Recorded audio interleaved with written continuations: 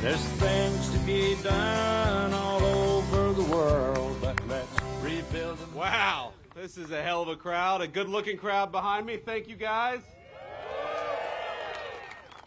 Now, the CEO told me you guys run 4 shifts at this plant, so after I talk, do you have to go back to work, or are you done for the day? You got to go back for work? Well, what if I give a 7-hour speech? Do you have to go back to work then? You give a politician a microphone, you never know exactly what's going to happen, my friends. I want to thank all of you for being here. I want to thank Lee Zeldin for the kind introduction, but most importantly, I want to thank Lee Zeldin for doing a hell of a good job at the Environmental Protection Agency, because one thing that we believe, you know, there was this idea that happened under the last administration that you couldn't have clean air, clean water, a solid environment, but also growing American industry. President Trump rejects that idea, and he put Lee Zeldin as the guy in charge of implementing that agenda. We can have beautiful skies, we can have clean air, we can have clean water, we can also have good American manufacturing jobs. There's no tension between those two things. Lee Zeldin is the man making it happen. Thank you, Lee.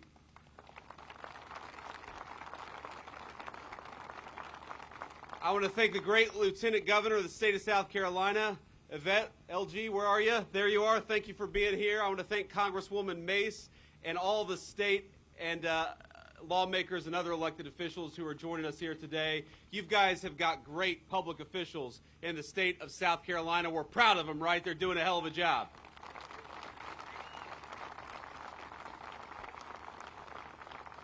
Now, let me just, one other note of thanks here, because I just got the tour of a lifetime here at Nucor Steel. So I want to thank Leon and everyone here at this incredible facility here, Nucor Steel Berkeley, for hosting us. For decades, Nucor has been an engine of American industry. The products this company and other steel makers create form the literal foundation of American society. And I know I speak for many in the administration. Certainly I speak for the president when I say we're grateful for that. We're grateful for the billions of dollars in new capital investments Nucor has announced in just the last few months. And most importantly, we're grateful to the steel workers at this incredible plant. Thank you all for doing what you do, for building America, and for making America proud.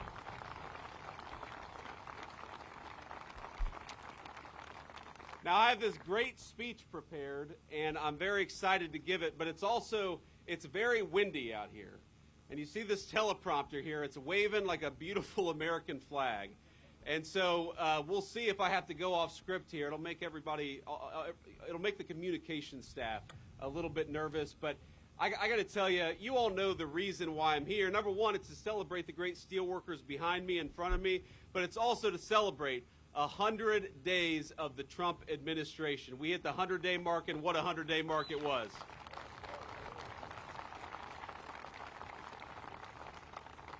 Now, to me, that marker means a lot of things for the state of South Carolina. It means a lot of things for this plant. It means a lot of things for America. Number one, 100 days means energy dominance. We have started drilling. It means cheaper gas, and it means America that is self-reliant.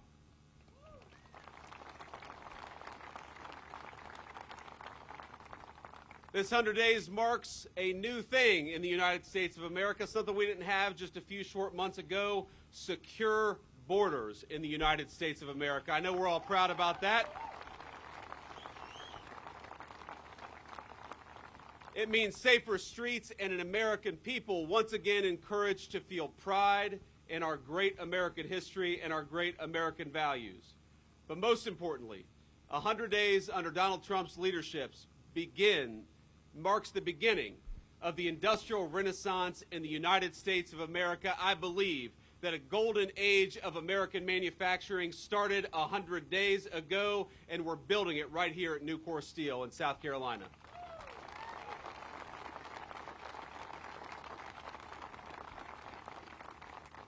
And I want to celebrate everybody here. I want to celebrate the work you do.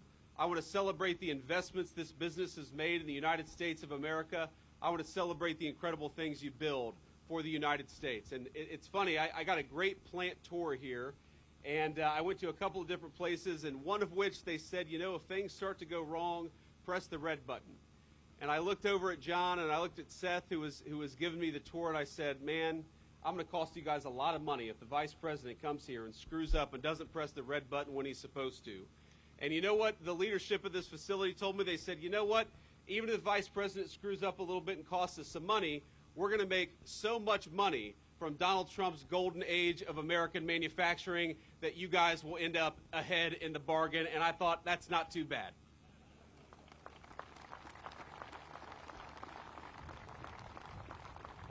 Now, a lot of you may know this is a particular meaningful stop for me as Vice President of the United States. I've actually never had a tour of a steel mill, even though my grandfather, the man who raised me, worked in the steel industry. He was, for 40 years, a welder at Armco Steel in Middletown, Ohio. Now, he was part of the Appalachian wave of migration, people who came from West Virginia, Eastern Kentucky, and East Tennessee to the rapidly growing industrial towns, which had factory jobs that promised three things for their workers: generous wages, stable hours, and a good pension.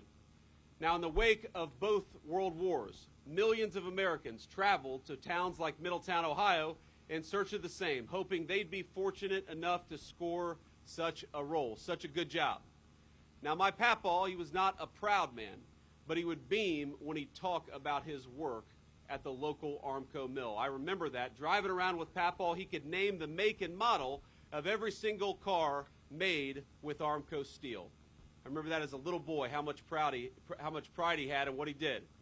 And having met a few workers here at Nucor, I hope you all feel the exact same pride in the steel you produce and in the products that come out of it.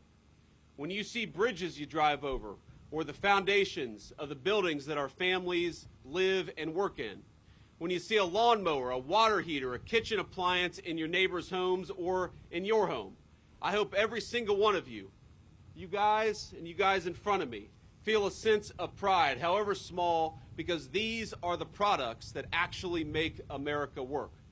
These are the products that make our citizens' lives better.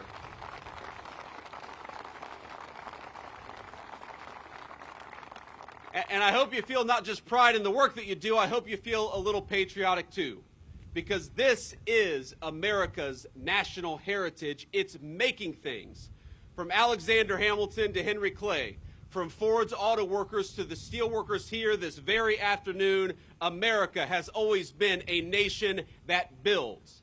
The Empire State Building, the Hoover Dam, the Saturn V, every single one of those great accomplishments were impossible without the might of American industry and, yes, the hard work of American steelworkers.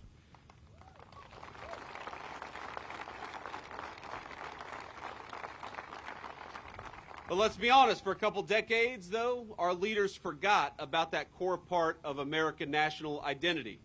They decided that America would no longer be a manufacturing power. Instead, we'd let the rest of the world make the necessary things that we needed for our homes and for our families. And when a nation decides to deindustrialize, my friends, you know what else it stops using?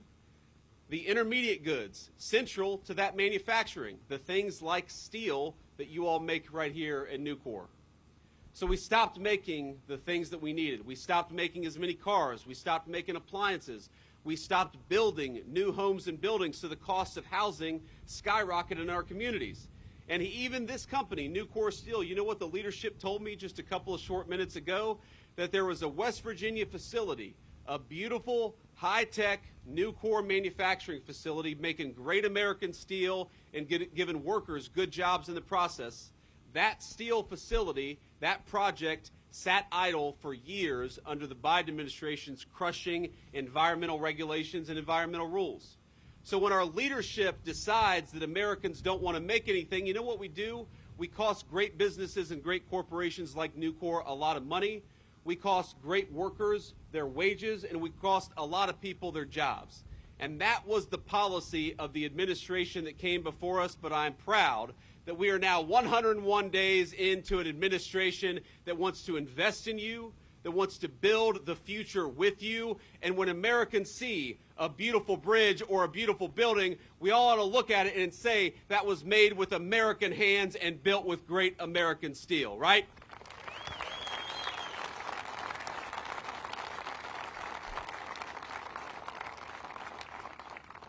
And that is exactly what the Trump administration promises to do.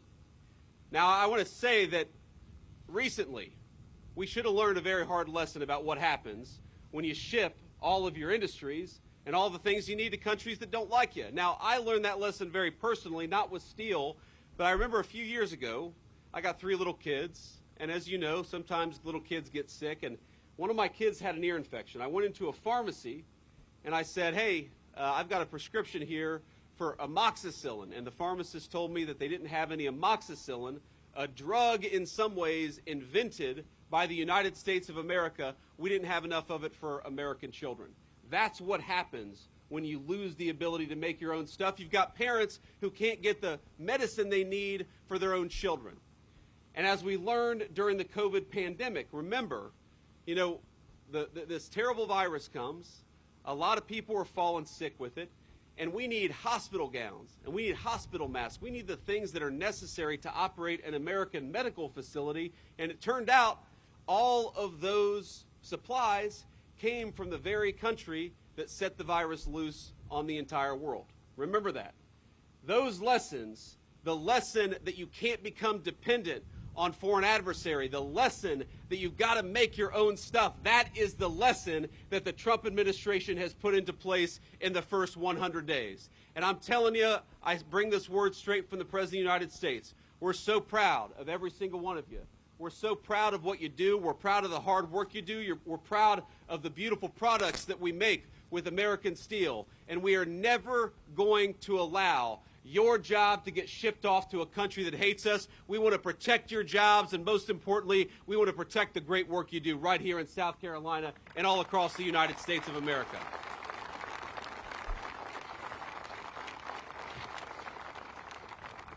Now, you heard, I'm sure you've heard some criticism of the president's trade policies from people who ought to know better. Because if you listen to the American media, or you listen to a lot of politicians in our own country, they seem desperate to forget the very lessons that made Donald J. Trump the 45th and 47th President of the United States of America. Now, they attack us when we implement trade policies that do a very simple thing, rebalance trade in favor of American workers and American businesses instead of foreign workers and foreign corporations. I've talked to people here today who talk about expanding facilities, building new steelmaking facilities because of the trade policies that Donald J. Trump has implemented. And I'll ask all of you, the workers and the corporate leadership assembled here today, a very simple question. Do you want to ship American jobs off to the People's Republic of China? Do you want to rely on foreign corporations to make the things that you need in your homes and your families need every single day? So why don't we rebuild America's middle class? Why don't we rebuild American manufacturing? And why don't we rebuild American industry just like you're doing right here? And isn't it nice to have an administration that supports you for a change?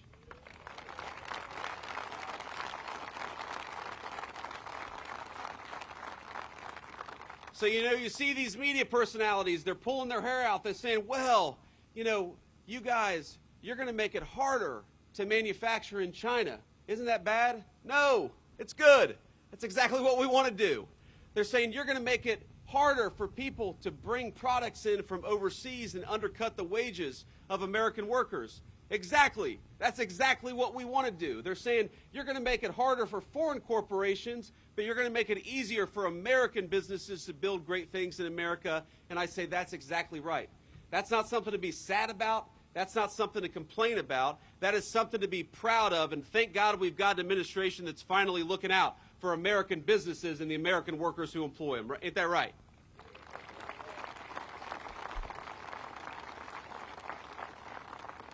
So I'm here today, and I got to tell you, it is such a personally amazing thing for a guy who was born in Middletown, Ohio, who was raised by a 40-year welder at a steel mill, to be able to come to this beautiful facility as the Vice President of the United States. And I can't help, thank you.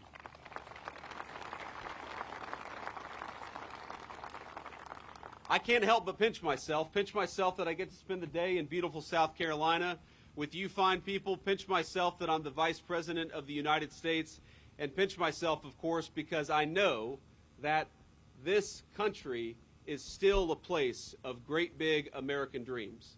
But it's only going to stay that country if we fight for it, if we fight for the jobs of the people here at this facility, if we fight to make it easier to build upon it and to build great things in the United States of America. I got to be honest with you. The American dream was not built by people selling digital advertisements in Silicon Valley. The American people was built by people like you. The American dream was built by steel makers and auto workers and people who worked with their hands. And I think another thing we got to do is we got to send a message, ladies and gentlemen. I think you all know this better than I do, but I learned a little bit today that you all don't just work with your hands, you work with your heads in amazing ways. This is an incredibly high-tech facility. I'm sure you all are amazed at how much you can do. You got about 1,000 workers here, and they're earning great wages and doing a great job. How much those 1,000 workers can do to build the American dream of the future. It's an amazing thing. And so I think we got to send messages to our young people that the most interesting work, the work that's going to challenge your mind but also allow you to work with your hands, is found at American steel mills right here at Nucor, Berkeley in South Carolina.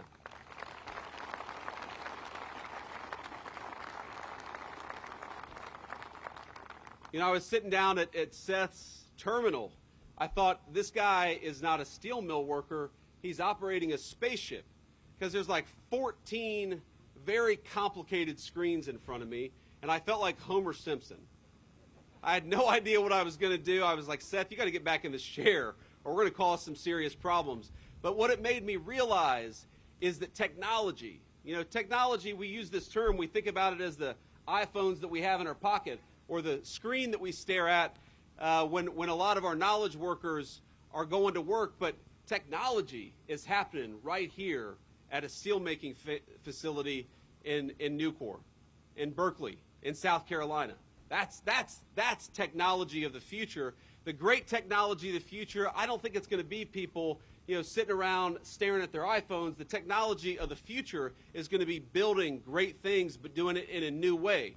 Doing it with new, incredible facilities, with safer facilities, with people who know, again, how to use their minds but also use their hands. And I think that is the high-tech future. People criticize. I get sick sometimes of the press. They say that Donald J. Trump wants to bring back the jobs of the past.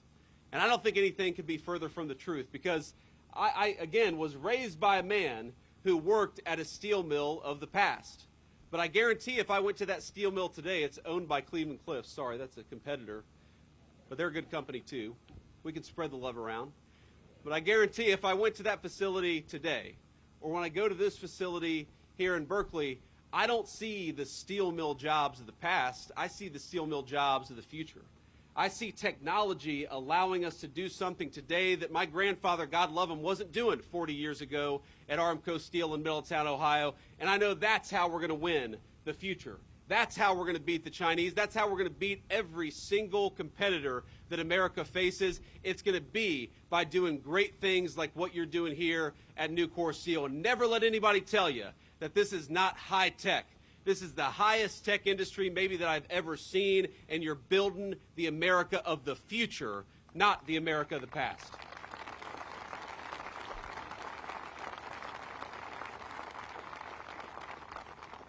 So let me just close by saying, my friends, I think that the great American manufacturing comeback has begun, and the world has started to take notice. In just 100 days, the President has attracted trillions of dollars in commitments for new investment in America, including some from Nucor Steel. Just yesterday, we saw that business investment in the first quarter of the United States economy, business investment grew by 22%. That was just in a few short months. That's a big number. And we know that with all this additional investment is going to come hundreds of thousands of new, high-paying, high-quality jobs. We're going to see new jobs in artificial intelligence, in deep-water oil production, in chip fabrication, in pharmaceutical factories, research labs, supercomputing facilities, and, of course, in great American-made steel. But the idea is very simple, and the principle is even simpler, that we want to grow up in a country.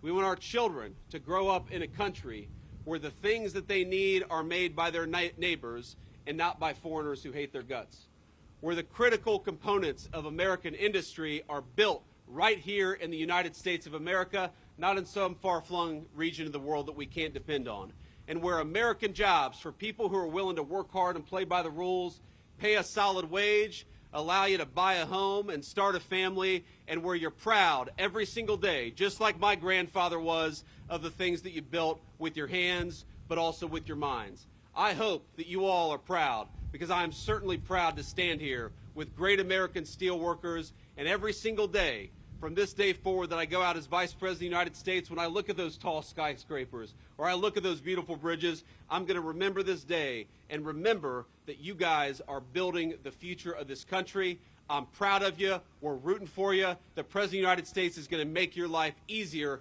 every single day. We had a good start, 100 days. But for the next 1,300 days, President Donald J. Trump and Vice President Vance, we're going to be fighting for you, fighting for your jobs, and fighting for the future that you want to build for your families. God bless you all. Thank you for having me.